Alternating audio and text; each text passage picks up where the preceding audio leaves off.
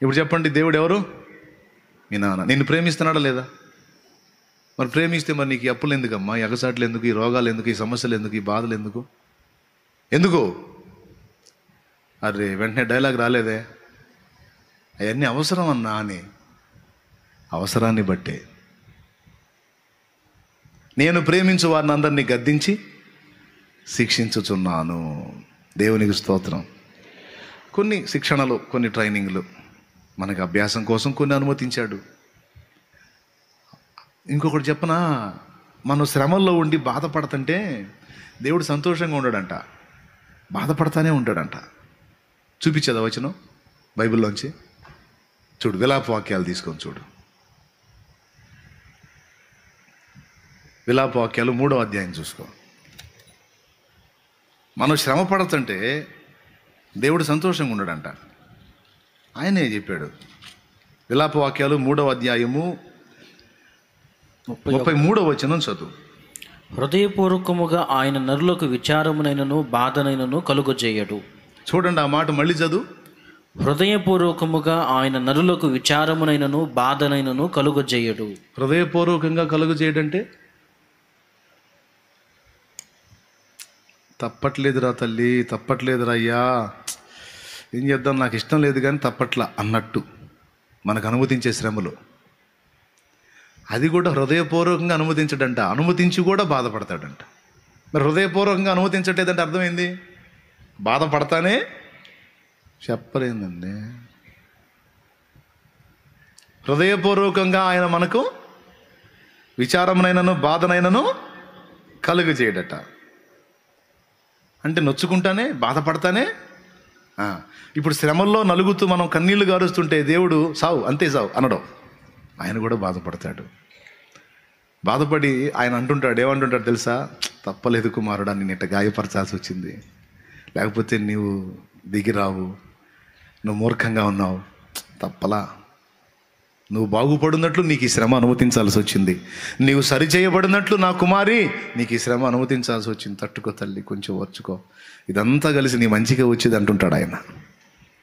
కొంచెం ఓర్చుకో నాన్న, కుమారుడా నువ్వు ఓర్చుకో, కొంచెం ఓర్చుకో, ఇదంతా నీ మంచిగా వచ్చింది నాన్న, నీ మంచిగా సిద్ధపరిచాను నేను అంటుంటాడు. ఇంకా చెప్పాలంటే ఇంకొక వచనం 32వ వచనం చూడు. ఒకవేళ బాధ పెట్టినను, ఆయన బాధ పెట్టినను తన కృపా సమృద్ధిని బట్టి జాలిపడును. అది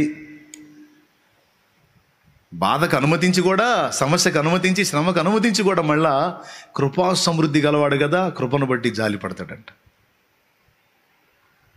జాలి పడతాడంట. మొత్తం 4 ఇంజక్షన్లు చేయాలండి మీ ఓడికే, 4 అంటే 2 చేపించి 2 ఆపినట్టు. డాక్టర్ గారు 4 అంటే వాడు ఇప్పుడు 1కే అల్లాడిపోతున్నాడు డాక్టర్ గారు, చూడలేకపోతున్నాను, ఇప్పుడు 2 చేసి సాయంత్రం 2 చేస్తారా? సాయంత్రం ఏం చేయొచ్చులే, అవసరంగా చేసేయాలి, కానీ సాయంత్రం కూడా చేయొచ్చు, పర్వాలేదు, ఇబ్బంది ఏం లేదంటే అటు సాయంత్రం చేయండి సార్, ఇప్పుడు వాడు తట్టుకోలేడు, 4 ఇంజక్షన్లు అంటే వాడు ఏడ తట్టుకుంటాడు. బాధపడి మళ్ళీ 2 ఇంజక్షన్లు ఆపినట్టు. 2 ఇంజక్షన్స్ 4 అవసరమే, కానీ వాడు అల్లాడుతున్నాడు, వద్దులే 2 చాలు. మనకు అనుమతించబడే శ్రమల విషయంలో కూడా దేవుడు ఇలానే స్పందిస్తున్నాడని నీకు తెలుసా? కానీ నిజం, ఆయన బాధ పెట్టినందుకు కృపా సమృద్ధిని బట్టి జాలిపడును. జాలిపడి ఎక్కువ సెగ తగలనీయట్లేదంట. కొంచెం సెగ తగిలి నువ్వు అయ్యా అనగానే ఆపరా అంట. దేవునికి స్తోత్రం, ఆపే ఆపే ఆపే, కొంచెం తట్టుకోలేకపోతున్నాడు, ఆపే, తర్వాత చేద్దాం, తర్వాత ఇంకో టైం తీసుకొని చేద్దాంలే, వదిలే. ఎక్కువ భారం నా బిడ్డ మహిళలేడు, ఎక్కువ భారం నా కుమారి మహిళలేదు, అంతవరకు చాలు, వదిలే.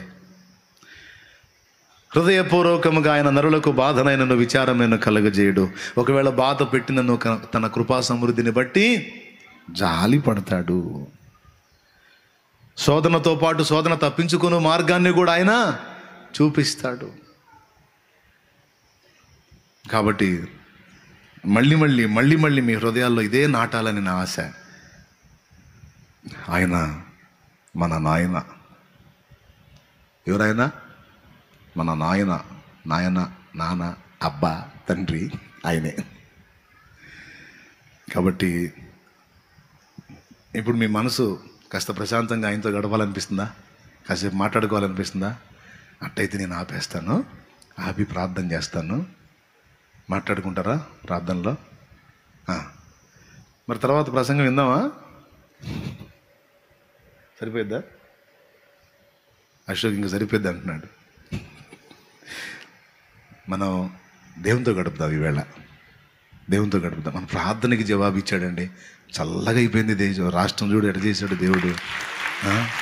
తట్టుకోలేము తండ్రి, తట్టుకోలేము, ఈ ఎండ తట్టుకోలేము తండ్రి అంటే చూడాలి. ప్రార్థన విననట్టుగానే విన్నాడు, చూడనట్టుగానే చూశాడు, పట్టించుకొని ఇప్పుడు దగ్గర వారం నుంచి వర్షాలు పడుతున్నాయి, ఆగుతుంది.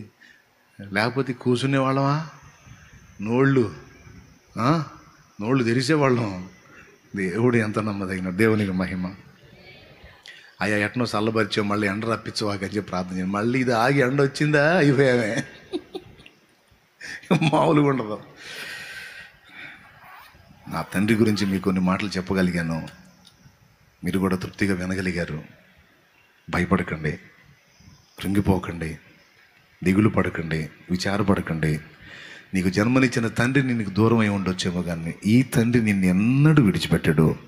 నీ కన్నీళ్ళు తెలుసు, నీ బాధ తెలుసు, నీ వేదన తెలుసు, నీ శ్రమ తెలుసు, నీ ఇబ్బంది తెలుసు, నీ ఇక్కట్టు తెలుసు, నువ్వు రహస్యమందు ఎంత ఏడుస్తున్నావో తెలుసు, అవన్నీ తెలుసు. కానీ అవసరాన్ని బట్టి వాటిని అనుమతించాడు. అవసరాన్ని బట్టి అవి అనుమతించబడ్డాయి. ఆ అవసరం తీరినప్పుడు అవి ఉంచమన్నా ఉంచడు. ఆయన నిన్ను ప్రేమిస్తున్నాడు. పిచ్చి నువ్వంటే. మా మనుషులు చెబుతారు, నువ్వంటే పిచ్చి అమ్మాయి నాకు అని. ఒట్టి బుస్సు, అది నమ్మొద్దు. నువ్వంటే పిచ్చి నాకు అన్న, ఒట్టి బుస్సు నమ్మొద్దు. ఇవన్నీ గ్యాంబ్లింగ్లు. నిజంగా పిచ్చి ఆయనకి. నీ కొరకే తన ప్రాణము పెట్టిన ప్రేమను చూడమ్మా, నిన్ను చూడక ఉండలేని ఆ ప్రేమే నిజమమ్మా. తమ్ముడు, నీ కొరకే తన ప్రాణము పెట్టిన ప్రేమను చూడయ్యా, నిన్ను చూడక ఉండలేని ఆ ప్రేమే నిజమయ్యా. అందరూ నిన్ను మరచిన గాని మరువని స్నేహితుడే, కొందరిలాగా మధ్యలో నిన్ను విడువని ప్రేమికుడే.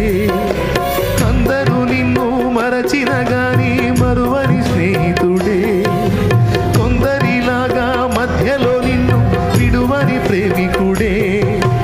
రక్తము పోసి ప్రేమ లేఖ నీకు రాసిన నీ ప్రియుడే, రక్షణనిచ్చి రాణిగా చేసే యేసురాజుగా నోడే. తెల్ల ఎరుగని తెల్ల పావురమపై పైకెగిరావా, కఠినమైన ఈ లోకపు పోకడ కానక ఉన్నావా.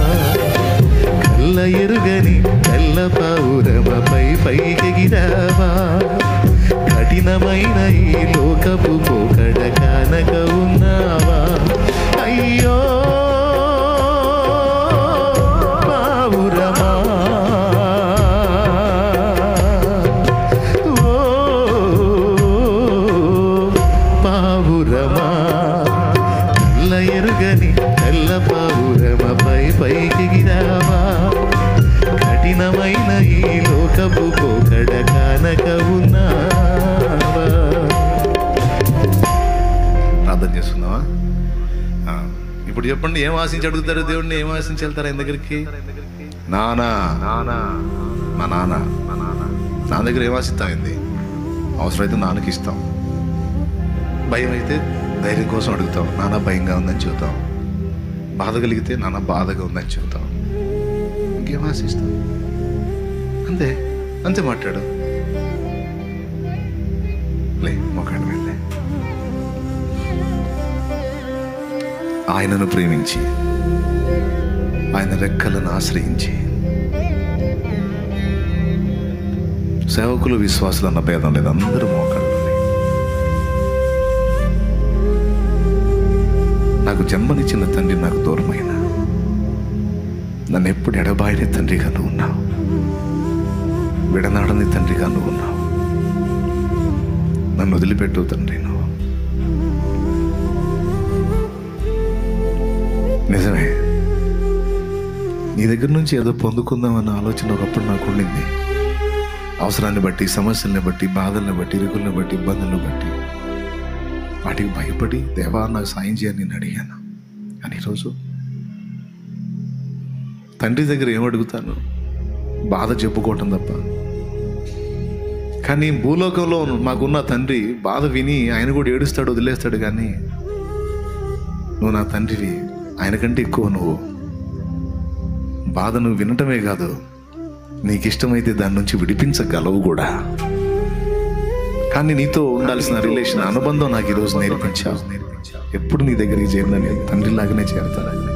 నా తండ్రివనే నేను కోరుకుంటాను. నా తండ్రిగానే నీతో సహవాసాన్ని ఇష్టపడతాను. నా తండ్రిగానే నిన్ను సమీపిస్తాను. నన్ను అనుగ్రహించు దేవా. నాకు నువ్వు కావాలి, నీ సన్నిధి కావాలి. నువ్వేమి ఇచ్చినా ఇయ్యకపోయినా నాకు నువ్వు దూరం కాకూడదు. నీకు నేను భారమయ్యే బతుకూడదు. నీకు అభ్యంతరకరంగా నేను ఉండకూడదు. నా తండ్రి, నేను నిన్ను బాధ పెట్టి బిడ్డగా నేను ఉండకూడదు. నీకు ఇష్టంగా ఉండాలి. నన్ను బట్టి నువ్వు సంతోషించాలి తండ్రి. నన్ను బట్టి నువ్వు గర్వపడాలి. ఆ విధంగా నేను బ్రతకాలి తండ్రి.